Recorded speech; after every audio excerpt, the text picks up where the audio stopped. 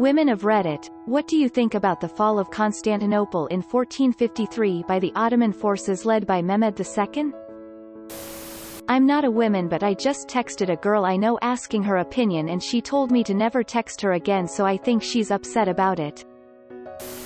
Welp, I'm a Greek woman and I'm doing my master's in history, and have done a paper on the music about the fall of Constantinople.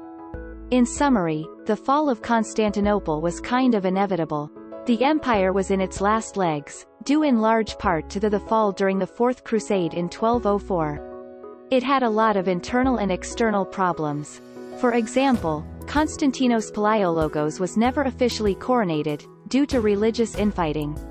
The Ottoman Empire had already conquered all of the farmland around, and was right to go for the kill at the time that it did. It conquered a great strategic and cultural landmark. The Hagia Sophia had already become a mosque in the 29th of May 1453, 2:30 in the afternoon. It's a pity for my heritage, but at that time I think it was inevitable. Edit. WTF guys, thanks. Oh, edit no. 2. Actually no, guys, the paper wasn't on There Might Be Giants. It was on Greek folk laments on the event of the fall, and how accurate were their lyrics in relation to the actual event. They were fairly accurate, also deeply sad and lamenting the loss of a symbol, mostly, not the city itself. It was very sexy of him to move the ships over land. As an Istanbulite, I love this mess of a city. As a 23-year-old, I don't like that he did it at the tender age of 21. Do you know the kind of pressure our elders put on us because so-and-so's son conquered Istanbul at 21 and we're sitting at home jobless? Very uncool. I like when the leaves change colors in the fall. I don't know if they had leaves, so no opinion. I don't know, if I were him I probably just wouldn't have fell. When a guy finally asks me this in a bar after I buy him a drink, and he really listens to the answer, is the day all of my underwear will vanish. Immediately. Edit. There's nothing wrong with buying a man a drink. Y'all kings deserve a whiskey and coke and a compliment just as much as I do. Most of the ladies I know agree it hadn't been as cool since they changed the name from Byzantium, so good riddance. It was alright. Well, Istanbul was Constantinople, but now, it's Istanbul, not Constantinople. So, if you've a date in Constantinople, she'll be waiting in Istanbul. Not a woman, but my mom and sister are. I think 1453 was an inside job. Everyone knows Ottoman cannons can't melt Theodosian walls. Why are there so many posts with guys trying to find women based on knowledge of history? Where are my threads asking women what they think of Le Chatelier's principle or Lagrangians? Edit. This is meant as a joke because I see this type of post a lot and I'm a STEM major rather than humanities. I definitely don't intend to tokenize, fetishize female scientists. All scientists rock. While a tragedy in terms of the last Christian stronghold in the East, there are many who would argue that the fall of Constantinople was one of the major sparking points to the Renaissance. Without those who fled the distraction of the city, we might never have had the return of Greek and Roman knowledge held by the Byzantines as the true heirs of Rome. In reality, there was not much holding the remnants of the Byzantine Empire alive once the farmland in Anatolia had been conquered. Realistically, the city would only be able to survive for so long. In addition, the Ottomans raising taxes on trade would block off connections to China and India, which would help to encourage the Spaniards and Portuguese as well as the Dutch later on in their maritime shipping interests. Truly, the fall of Constantinople and in turn the Eastern Roman Empire was a sad but important event to propel us into the early modern age. These are the right questions to ask women. That's nobody's business but the Turks. There's this awesome docudrama about him taking over the city on Netflix. That man was a strategic genius. Am woman of Reddit. Honestly, if it wasn't Mehmed, it would have been another Ottoman. Besides, calling yourself the Roman Empire in the 1400s is just gauche. I met a woman once and I have a lovely Ottoman by my couch, so I think I'm qualified to speak, and of course everyone wants to hear my opinion. I'll break it up into a couple comments for easy reading though, and #X200B, 1/15. You forgot the single part. Only city in the world that lays on 2 different continents. It's magical. Lol, recycled jokes. I don't like how it's called the Fall of Constantinople.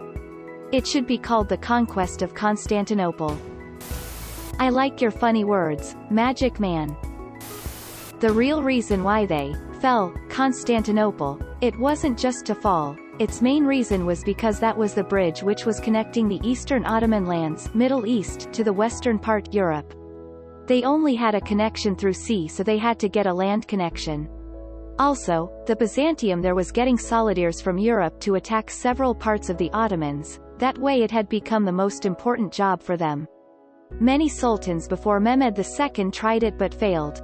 Mehmed II was 17 years old when he got a sultan and was successful on taking in Constantinople with 21 years. Correct me if I'm wrong somewhere. I read some books but still I'm not a machine, lol. Not a woman, but my sister thinks Mehmed II took all the credit and it was actually his close advisor Akshamsuddin who did all the heavy lifting. Edit. I want to be clear. I just googled Mehmed II and came up with a bullshit theory to play along with the joke of the op. I don't know a thing about this subject in practice. Lol. The irony, all comments are written by men, probably. No serious tag SMH.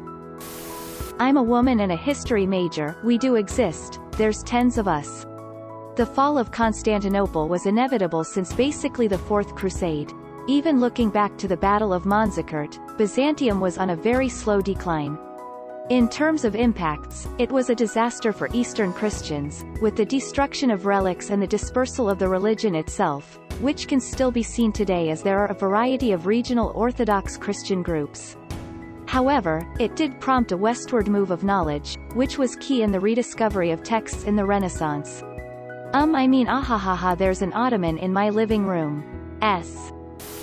Is it just me who do not understand why, women of Reddit? I like turtles. I'm a man, but the fall of Constantinople closed off Europe's trade routes with Asia, specifically China and India. The Ottomans charged enormous taxes on goods passing through their territory, if they even let goods through at all. This led to Europeans looking for new trade routes. The Portuguese were already a pretty navally focused kingdom and were geographically situated the best to begin naval exploration.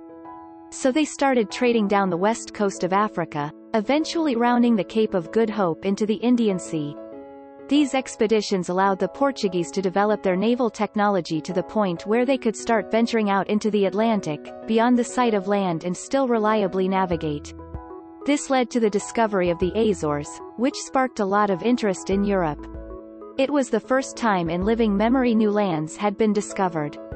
Portugal's new trade wealth sparked competition with their newly united rival and Iberian Peninsula neighbors, the Spanish kingdoms. The Spanish began funding their own trade voyages to try to compete with Portugal, including, famously, a Genoese explorer named Christopher Columbus. More than half a millennia later, people descended from Europeans who colonized the lands Columbus discovered, for Europe elected an orange fascist president. So I personally blame Mehmed II for Trump's election. I thought nobody knew but the Turks. My knowledge about Constantinople starts and ends with the song Istanbul, not Constantinople, by They Might Be Giants. Inarguably a bop. That it's nobody's business but the Turks. Think this joke is overplayed, fam? Hilarious question. Real knee slapper. Pretty cool, I guess. Thank goodness, I was getting so sick of everyone pretending the Byzantine Empire was an extension of the Roman Empire. How many times do you have to fall to stay fallen? Just get over it. Worst year of my life. Well, I'm a strong, independent woman and I don't need a falling Constantinople. I like men who are steady on their feet. I'm a woman but my expertise stops at roughly 150 CE. Sorry. Shitpost. What a random fucking question. As a woman, this question features heavily in the list of pickup lines I fantasize about. See also, hey baby, let me tell you my thoughts on why Richard Lionheart is the worst. I just found a lost book of Livy, it's in my bed. What do you think about the fetishization of the Library of Alexandria obscuring the destruction of all these other repositories of knowledge, or the classic pedicabo ego vos et iramabo? I really try not to think about it at all. Oh, this joke again. You guys sure are funny. Fuck off with this dumbass shit. Not a woman, but have heard of them. It's pretty well known that 1453 is in fact a year. The accounts of the Ottomans' force strength is of note, as it was the only force to consist of foot rests, subduing their enemies by relaxation. I was there. I am from Turkey, and all I know is they changed its name because they wanted to have a fresh new page but didn't want to forget their past, so they named it Istanbul, which is a Greek name. Sorry for spelling mistakes, not my main language.